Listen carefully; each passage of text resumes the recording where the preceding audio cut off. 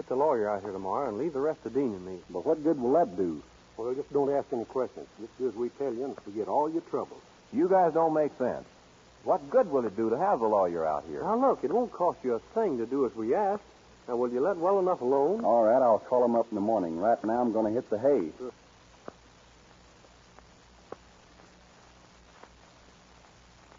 See you guys in the morning. Okay, Good night, Monte. Monte. Good night, Monte. Now, look, you two guys. Either you let me in on this, or I'm going to put a couple of great big scorpions in your bed about midnight. All right. We'll let you in on it, but I wouldn't put Monte wise, because he's liable to back out. Well, come on. What is it? Well, tonight, while you and Monte was out double-crossing each other, Dean and me drove into town and bought this. Yeah, look under this blanket. For God's sakes, a barrel. What are you going to do with a barrel? Oh, we're going to use it for something mighty special. And as soon as Monte's had time to get to sleep, we're going to commence to begin.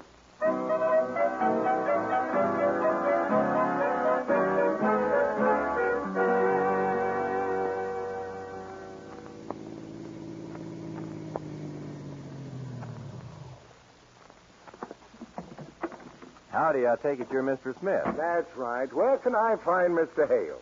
Well, he went over to the Carter place. He's due back most any minute now. I suppose he told you of the unfortunate mortgage the bank is holding against this place? Yes, sir, he has. And he's mighty upset about it. Yes, it's most regrettable. But since it's an inheritance, anyway, The way I look at it. I told Monte this morning that he ought to pack up and head back to California. Yes, from what Monte tells me, you boys are his closest friends.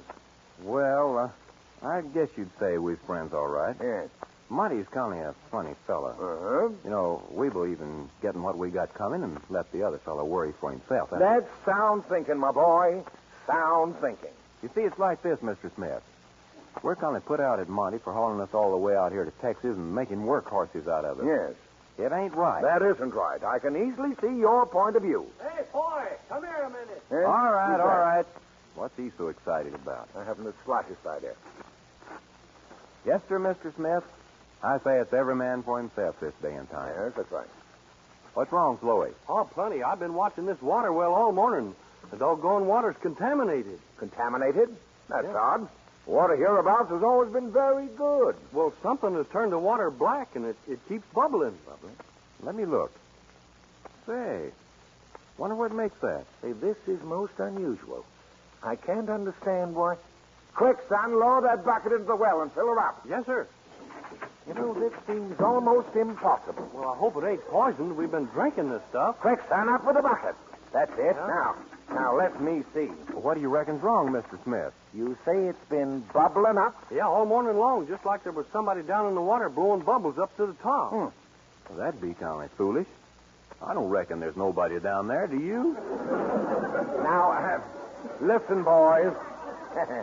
Does anyone know about this? No, I just noticed it this morning myself. You're sure Monte Hale doesn't know about this? Oh, I'm sure he does. Say, that's all. Now, look, boys. How would each of you like to have a nice new $100 bill apiece? Oh, $100 bill. Yes. Now you're talking our language. Just say nothing about this to anyone, especially Hale. No one, you understand? Right here is $100 for each one of you. Oh, good. But wait a minute. What about our partner, Dean? Oh, well, here's $100 for him, too. Now, remember, not a word to anyone about this.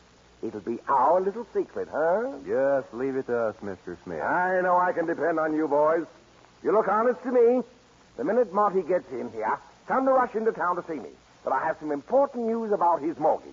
And be sure he doesn't discover this contaminated water well. Oh, sure. Just leave everything to us, Mr. Smith. I'm telling you, Jenkins, there's enough oil under that ground to make us rich. Why, it's bubbling up to the well just like there was somebody under the water blowing bubbles up to the top. Now, look, guys, this doesn't make sense. What's it all about? Well, we can't tell you, Monty. But just do as we say and everything will be all right. It can't miss. Yeah, we can't explain it, Monty. You see, we made a deal with a certain party not to. All right. What do I do now? Go see Mr. Smith. He's in town waiting for you. Tell him that you've arranged for the mortgage money to be sent here tomorrow and that you're going to pay off the bank notes. But what if he waits until tomorrow and I can't pay? Oh, don't worry about that. Then give me something to worry about. This doesn't make sense to me. Now, look, Monty. The way I got this figured out he's going to get big-hearted and offer to buy the place outright. And don't settle for a cent, less than $50,000. $50,000 for this place? Don't worry. If you play your cards right, he'll pay it. Yeah, tell him the old place is dear to your heart or something. Yeah, and make it sound real. I wish you guys would tell me what this is all about. You'll do better if you don't know. Now, remember, don't even budge till he offers you $50,000. Just act like an innocent babe in arms.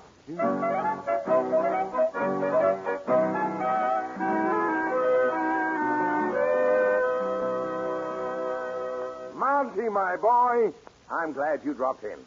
I've been working mighty hard in your behalf. I sure appreciate all you're doing, Mr. Smith, and I've got some good news. No, you didn't find out. Find out what? Oh, nothing. That is, what was this good news? Thanks to a friend of mine in California, I've got enough money coming in by express tomorrow to pay off the notes.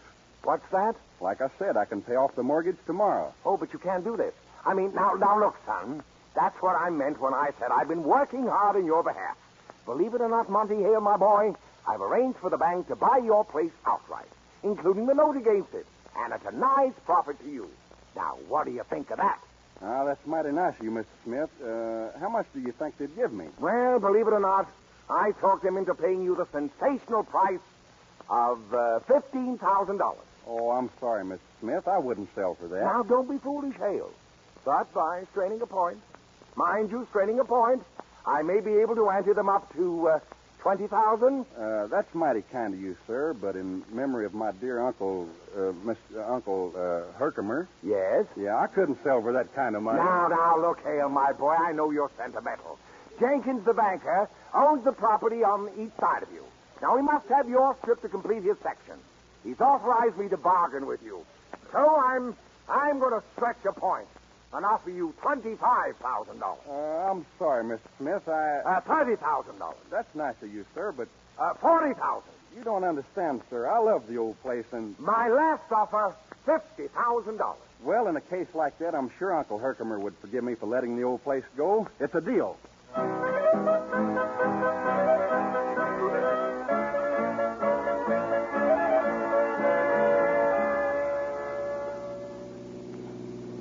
Yonder they come. Hurry, Dean, hide away. And when we're sure Monty's closed the deal, I'll give you the signal. Well, I know exactly what to do. Just leave it to old Dean. Man, old Smith will turn a handspring when he finds out. You just ain't a whooping, and be ready to catch his stomach. Well, boys, I've got news for you. Howdy, Mr. Smith. Hello, boys. How are you? What is that, Monty? I've sold the place at a nice profit, thanks to Mr. Smith. I'll go get the other papers, sign them, and the deal is closed, Mr. Smith. Oh, the deal is all closed, is it, Mr. Smith? Yes, it's all closed, boys. And, by the way, are you sure Monty knew nothing about that oil well? I mean the water well? Oh, on our word of honor, we didn't tell him a thing about it. You know, for a while today, I thought he might be wise. But no, he wouldn't have sold it so cheap if he'd have known. Here's the paper, Mr. Smith. I've got my money in the bank, and your client owns my ranch. Fine. Boys, I've just sold Paradise Valley to Mr. Smith for $50,000. Good for you. Say, did one of you fellows move that barrel of crude oil I brought in from town yesterday? Well, I didn't know anything about it, Dean. What was that, son? Well, I bought a small barrel of crude oil yesterday. And the last time I saw it, it was sitting up on the water well stand. Now, where is it? On the water well? Yeah, I put it up there so I could siphon it out. It must have fell in the water. Oh, no. No, you didn't do that. You must be joking. What's wrong, Mr. Smith? I ain't joking. That's where I left it. No, it couldn't happen to me. You're lying to me, son. Son, this is too much. $50,000. Look, what's this all about? $50,000 for one little barrel of oil? 50,000, just chicken feed. Uncle Herkimer is happy. Now I'm beginning to catch on. I get it now. Brother, you not only get it, you got it $50,000. What do I care for 50,000? Money grows on trees. $50,000 for one barrel of oil.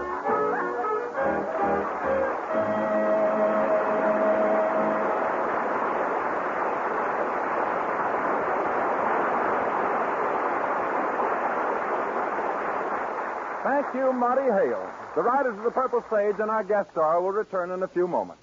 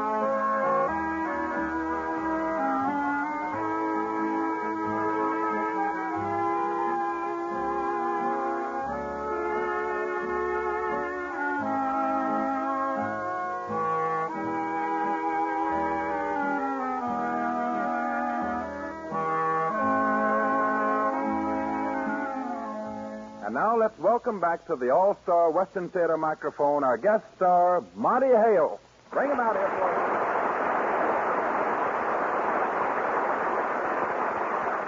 Thank you, folks.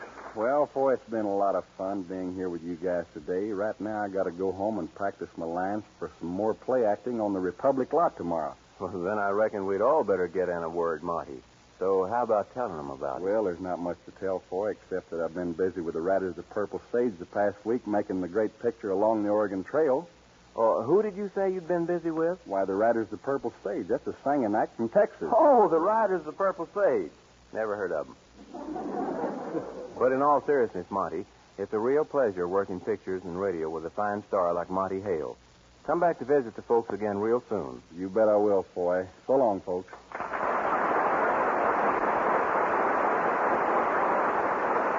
Men of the West come out of the West with another of your favorite songs of the West. America's great Western singing stars, Foy Willing and the Riders of the Purple Sage, sing So Long to the Red River Valley.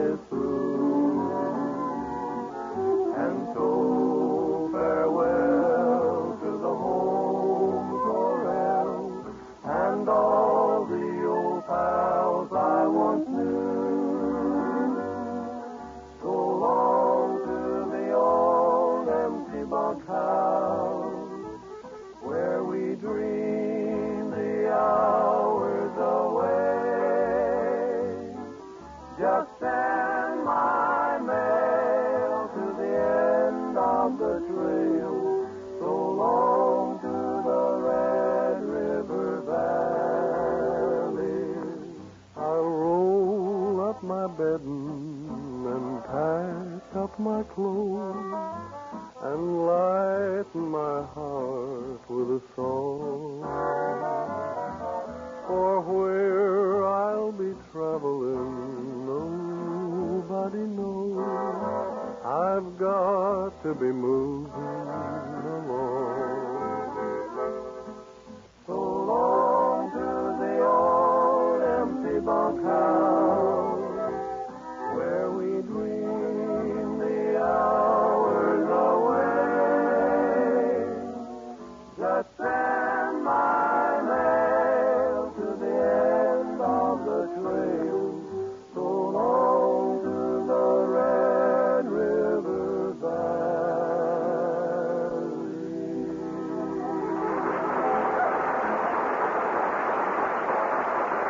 Well, folks, it's been nice having you with us again. Hope you'll be with us again next week. Until then, this is Foy Willing speaking for Al Sloey, Jimmy Dean, and all of the Riders of the Purple Sage, saying so long and good luck to you all.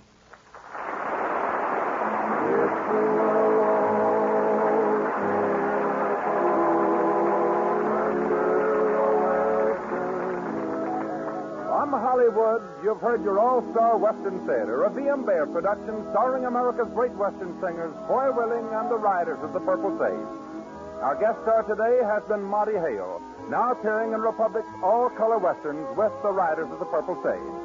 My name is Cottonseed Clark, inviting you back again next week for your all-star Western Theater.